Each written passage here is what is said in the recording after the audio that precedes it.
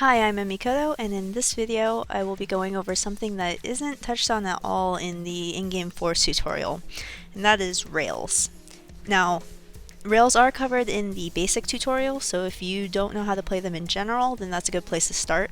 But specifically for force, there are some things that you have to do a little differently than you would for rhythm, and so that's what I'll be going over in this video. Rails to me are a pretty iconic aspect of Synth's gameplay, so if you're getting a bunch of goods and pours on them for seemingly random reasons, it can be pretty frustrating. I've seen quite a few people struggle with scoring on Rails in Force mode, so I figured I would create a separate video just to cover them specifically. Okay, so before we jump into how to approach Rails in Force mode, I wanted to go over a bit of basic scoring information. This is included in my text guide, which will be linked in the description of this video. So if you want a closer look at the score values and breakdown for other notes as well, go check that out. But the main takeaway for rails is that they need to be followed for at least 80% of the rail length for the score to count. Otherwise, you'll end up with a dropped rail. Also, the amount of points that you get for the rail is based on the rail length, and the points are accumulated per second, rounded to the nearest second. The amount of points that you get per second is based on your initial hit on the rail. So that very first note, the rail head, whatever you scored on that note is the amount that you will be accumulating per second for the entire length of the rail. So in addition to the rail itself, if there are notes on the rail, those notes will be scored individually. So each note on a rail will have a separate score for that note. This information is true for both rhythm and force, but it manifests a little differently for each game mode. With rhythm, because each note is scored based on how close to the center of the note you're hitting, you tend to just follow the rail, and the rail goes through the center of each note on the rail, so following the rail as close as possible will get you the max points. However, with force, because our scoring is based on velocity, each note on the rail needs to be re-hit separately. And I think that's one of the confusing things, especially for newer players or people unfamiliar with playing those notes on rails in force mode, is that you have to actually leave the rail a bit in order to re-hit those notes, which can feel counterintuitive to how you would normally play it, especially coming from rhythm. So now I'm going to go over specific examples of how I personally approach different rail types. There are definitely different ways that you can approach them. This is based entirely on my play style, and I encourage you to try things out, figure out what works best for you and how you play, and just kind of take these as ideas or suggestions on how they can be approached.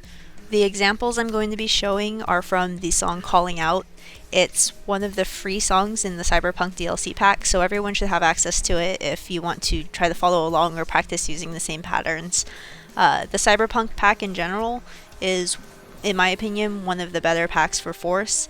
So if you're just starting off or wanting to practice to improve your force accuracy, I suggest picking something from either the Cyberpunk pack or the Electro Swing pack. Those two tend to have more force-friendly songs in them, so those are kind of my go-tos in the OST. Starting off with easy difficulty, I want to point out this hook motion that I'm kind of using on these starting rails.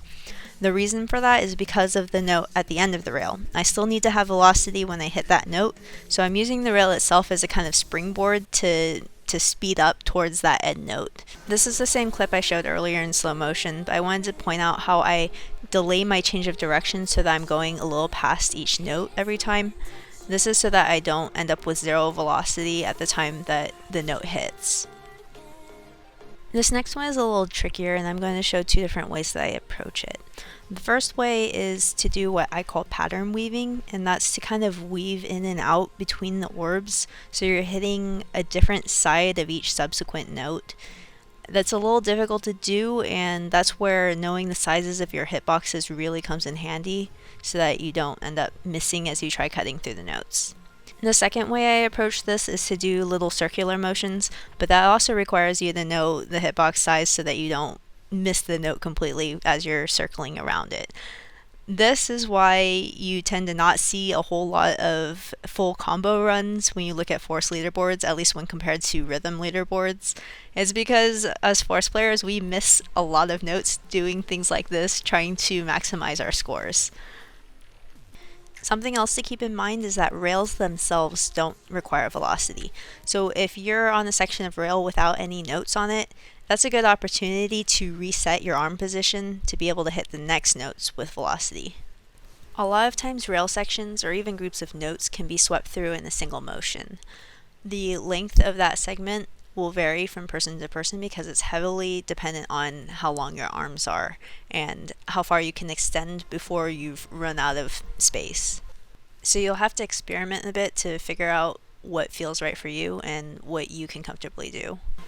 So I think the main things to keep in mind for rails in force mode is to make sure you're trying to hit each note on the rail individually and delay your changes of direction so that you're going a little bit past those notes each time. And also use any downtime that you have on the rails to try to look ahead and set yourself up to be able to hit the next notes with velocity.